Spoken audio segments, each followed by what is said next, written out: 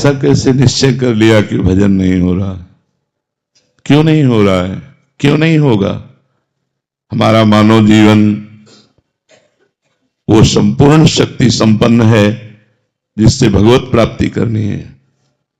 बिना भजन के भगवत प्राप्ति असंभव है। भजन हमारा जीवन। आज हम सुबह साधकों से यही कह रहे थे, लोग जीते कैसे हैं बिना भजन के? विषय सेवन, विषय चिंतन, प्रपंच चिंतन, ये सब बन सकता है, भजन नहीं बन सकता। कैसी बात करते हो? प्रयासरत क्यों नहीं हो? इतना क्यों इंद्रिय और मन को प्रोत्साहन दे दिया विषयों के लिए कि वो भजन के लिए ना बोल दिया कि भजन ना बने तो भगवत प्राप्ति कर? किस उद्देश्य का पालन करने के लिए मानव जीवन प्राप्त किए? क्या उद्देश्य है?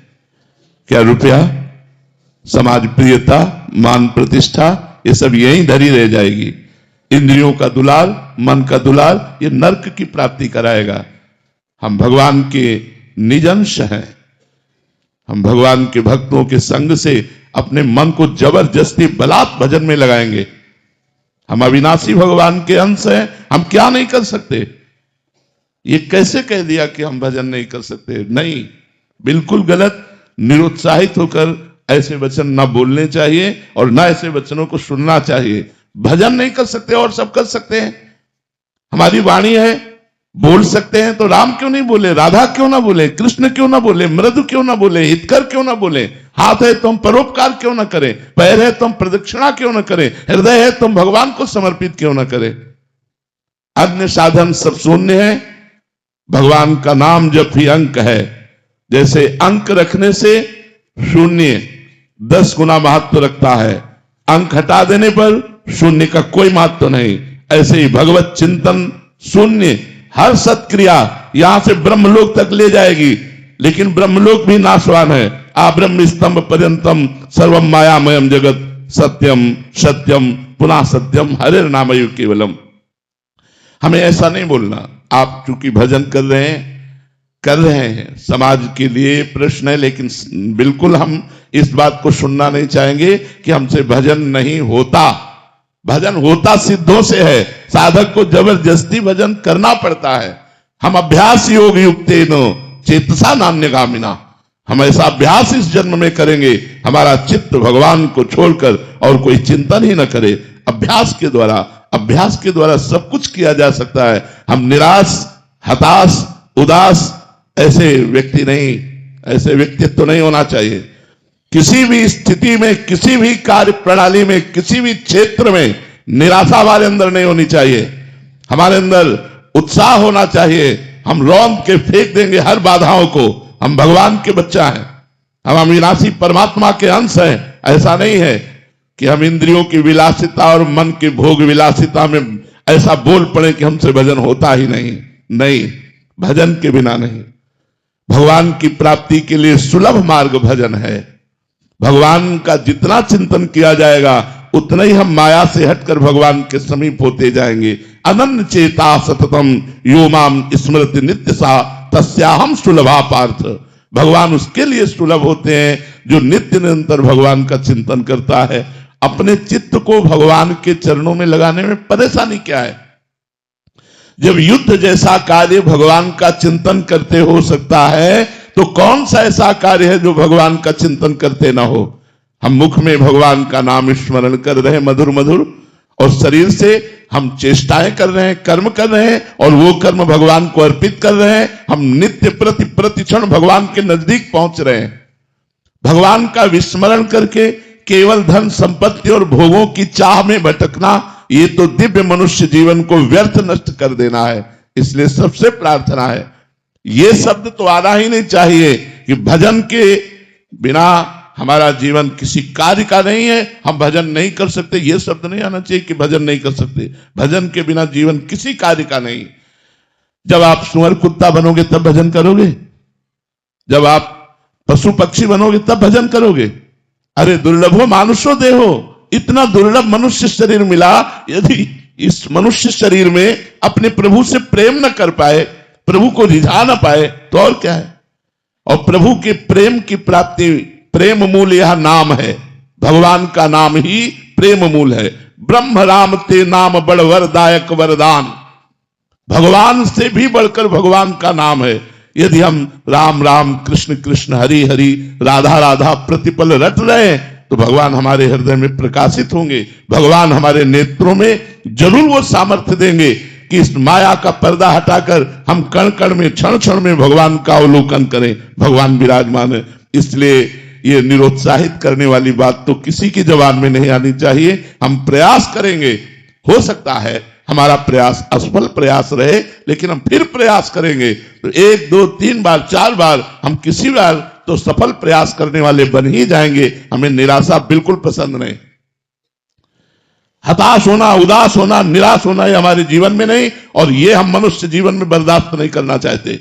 आप लोग वहीं परास्त हो रहे हो जहां भगवान का आश्रय नहीं। ये क्या है?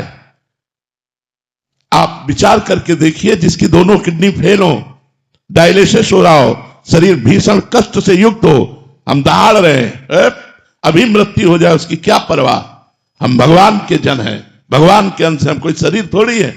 शरीर अगर कष्ट में है तो वो अपनी तरफ बना रहे, हम अपनी तरफ हैं। हमारा जन्म केवल इस बात को लेकर बैठ जाए कि हमारी किडनी खराब, हमारा कष्ट, अब हम कुछ कर नहीं सकते। नहीं, हम हर वो कार्य कर सकते हैं जो स्वस्थ आदमी कर सकता है।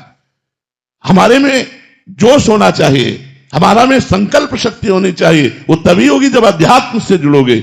भजन करो, भगवान का नाम स्मरण करो और उत्साहित रहो और वीर पुरुष बनो, कायर पुरुष नहीं। ये मैं नहीं कर सकता, ये हमारी डायरी में नहीं है। अधर्म की बात अलग है, धर्म और सही मार्ग में चलने के लिए ये मैं नहीं कर सकता, ये डायरी में नहीं। हमें जो सतमार्ग में करना है वो हम करेंगे। भजन बड़ा है या माया का प्रकोप बड़ा है?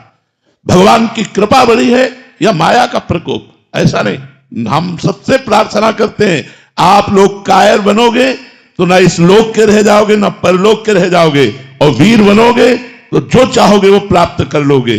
तुम भगवान की संतान हो, महाबली अनंत वैभवशाली हनुमान जी महाराज जिनके चरणों को दुलार करते हैं, उन भगवान के बच्चे हो, उन भगवान के अंश हो। तुम में अपार सामर्थ्य, तुम अपनी शक्ति को जागृत करो और जागृत करके भगवत प्राप्ति करो। जब हम भगवान को अधीन कर सकते हैं भगवान का नाम जप करके, तो और क्या नहीं कर सकते। इसलिए खूब नाम जप करो। जबान हिलाने में क्या जाता है? राधा राधा राधा राधा राधा राधा। इसी से भगवत प्राप्ति हो जाएगी।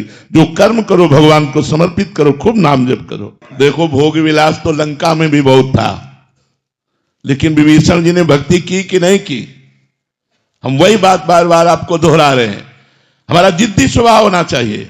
हम जिस कार्य को करना है उसे करके रहेंगे, चाहे लाख बाधाएं आए, मुझे परास्त कोई नहीं कर सकता। अगर हमारा स्वभाव इस कोटि का रहेगा तो हमें कोई परास्त नहीं कर सकता। लंका निश्चर निकर निवासा, यहां कहां सज्जन कर वासा।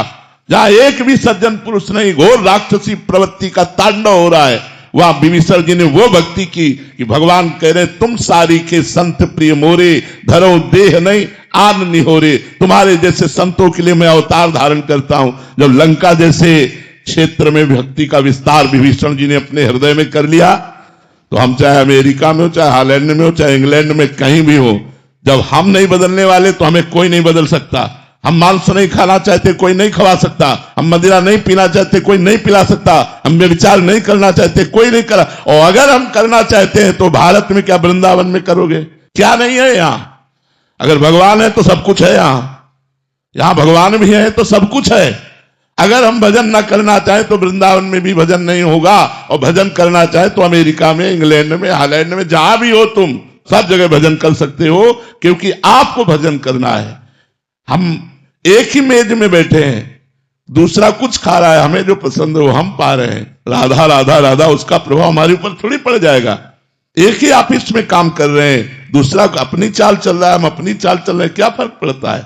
इसलिए ये बात रख कर कि हम विदेश में विषय बाहुल्यता होने के कारण भजन में हम गति नहीं कर पा रहे, ऐसी बात गलत है।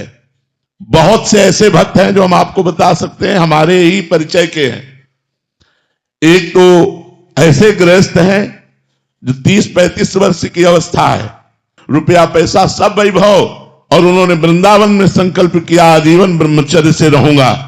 कभी कोई व्यसन नहीं करूंगा, कभी कोई गंदा भोजन नहीं करूंगा, और नियमित अष्टयाम सेवा अमेरिका में रह के कर रहे हैं। वो हर हफ्ते 10 दिन में भेजते रहते हैं इन लोगों के पास कि हमारे ये दिनचर्या चल रही, कोई त्रुटि तो नहीं हो रही, रंग बिहार इनके पास भेजते रहते हैं। तो हम ये देख रहे हैं कि जैसी वृंदावन में भावनात्मक सेवा, ऐसी वो अमेरिका में कर रहे हैं। और अब जब आते हैं बड़े दैन्यता से रहते हैं, यहाँ साधारण अचला लगाया, साधारण कपड़ा पहनते हैं। तो हम अपनी रहनी से रहे। अगर हम अपनी रहनी से न रहे तो भारत में कम विचार हो रहा है क्या, कम व्यसन हो रहा है क्या, कम गंदगी है क्या? आप देख लो ना, नए नए बच्चों की आदतों को देखो कहां बढ़ती हुई चली जा रही है। तो हमें चाहिए कि किसी भी देश या किसी स्थान प्रधानता से हमारी भक्ति नहीं, हमारे उद्देश्य से हमारी भक्ति बढ़े। हम जहां भी हों अपनी भक्ति को अपने हृदय में बसाएं। हम वहां के व्यवहार को, वहां के आचरणों को अपने हृदय में ना आने दें। तो हम कहीं भी रहे, हम भगवान के बनकर के खूब अच्छी तरह भगवान की भक्ति कर सकते हैं। और अगर हम भक्ति ना करें तो वृंदावन में रहकर भी भक्ति नहीं कर सकते।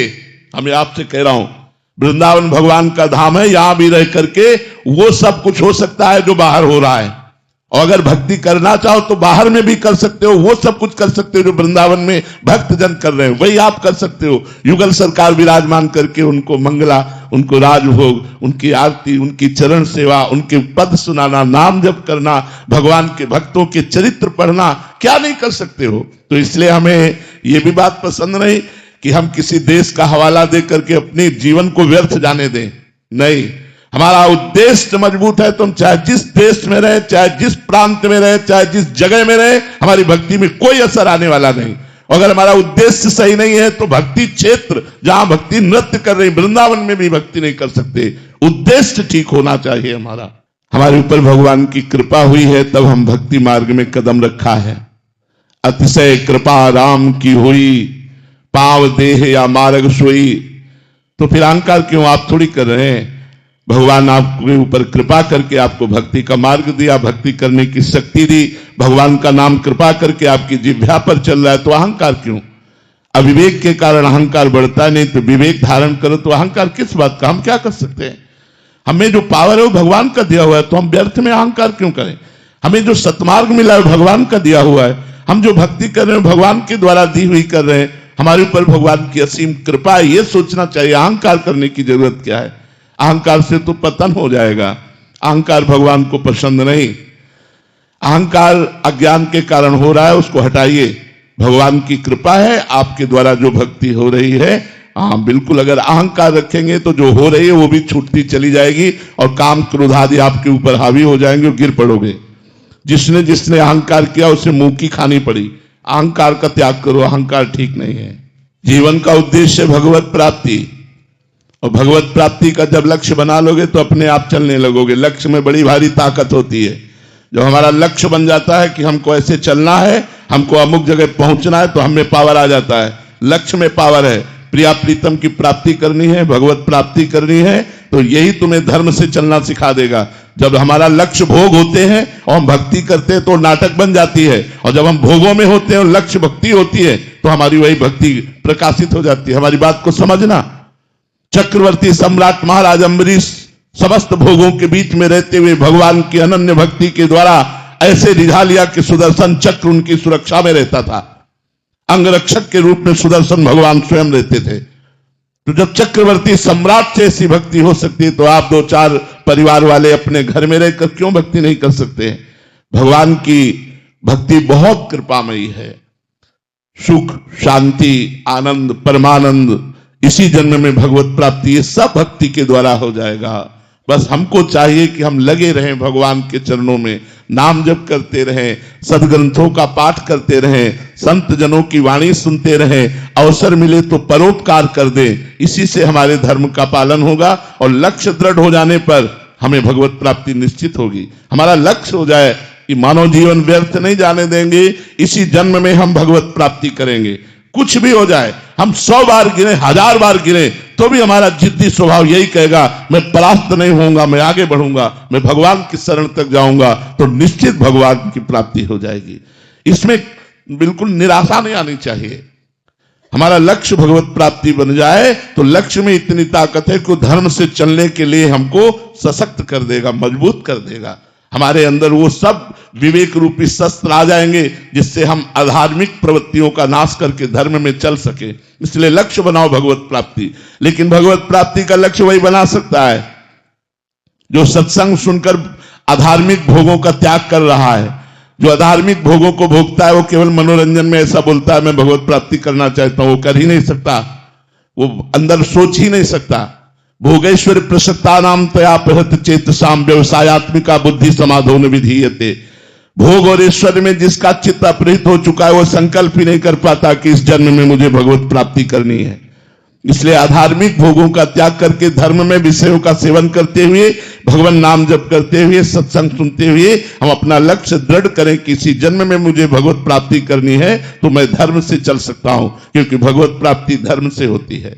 एक बार भर नेत्र भगवान को देख लेना, ये सत्य है। भगवान को देख लेना। जो लोग कहते हैं मृत्यु सत्य है वो खुद जानते ही नहीं, मृत्यु तो असत्य है। किसकी मृत्यु होती है? आत्मा अजर अविनाशी है। पंचभूत में मिल गए, कोई नहीं मरा। मरा कौन? कोई नहीं मरा। बोले मृत्यु सत्य, मृत्यु कहां से सत्य है? किसकी मृत्यु सत्य है? आत्मा तो अविनाशी अजर अमर है, उसे कभी मरना नहीं होता। और पंचभूतों में मिल गए तो मृत्यु किसकी हुई? किसी की नहीं। तो सत्य क्या है? भगवान का भजन। उमा कहां मैं अनुभव अपना, सत हरि भजन जगत सब सपना। सत्य है भगवान। अगर भगवान का भजन हो रहा है तो आपका सत्य में जीवन जा रहा है। अगर भगवान से विमुख हो तो भोग में जीवन, नरक में जीवन है, मृत जीवन है। मृत जीवन जिन हरि भगति हृदय नहीं आनी, जीवित सब समान ते प्राणी। वो मुर्दे के समान जिंदा माना जाता है जिसके हृदय में भगवान का स्मरण नहीं चलता, भगवान नाम जप नहीं हो रहा हो। व्यर्थ जीवन है। मरोगे तो क्या लाद के ले जाओगे? बिल्डिंग, बैंक बैलेंस, परिवार, रिश्तेदार, नातेदार, तुम्हारा शरीर भी यहीं भस्म हो जाएगा। 4 दिन की चांदनी देखो, 40 वर्ष व्यतीत हो गए, 50 वर्ष व्यतीत हो गए, पता नहीं चला। अब पता नहीं कितनी श्वासें हैं, उनमें भी कौन सा रोग आने वाला है। कैंसर आ जाए, क्या आ जाए, क्या परेशानी आ जाए, और उस समय भगवान का भजन कर पाएंगे क्या? अभ्यास नहीं किया स्वस्थ में रहकर भजन करने का तो अस्वस्थ अवस्था में फिर भजन नहीं होता। इसलिए यावत स्वस्थमिदम कलेवरम यावत च दूरे जरा। जब तक तुम्हारा शरीर स्वस्थ है, बुढ़ापा दूर है, भजन करके भगवान की प्राप्ति कर लो। नहीं तो फिर अगर इस जन्म को व्यर्थ में नष्ट कर दिया तो अगला जन्म पता नहीं, नाली का कीड़ा बने, भूत बने, प्रेत बने, क्या बने, कुछ भरोसा नहीं हमारे कर्मों का।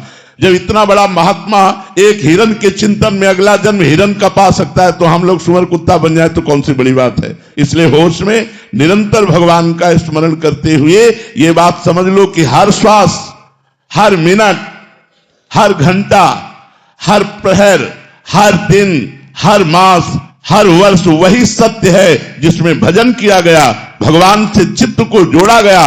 और अगर भजन नहीं किया गया तो हर श्वास व्यर्थ जा रही है, हमारा समय व्यर्थ जा रहा है। इसलिए सत्य है भगवान और भगवान का भजन।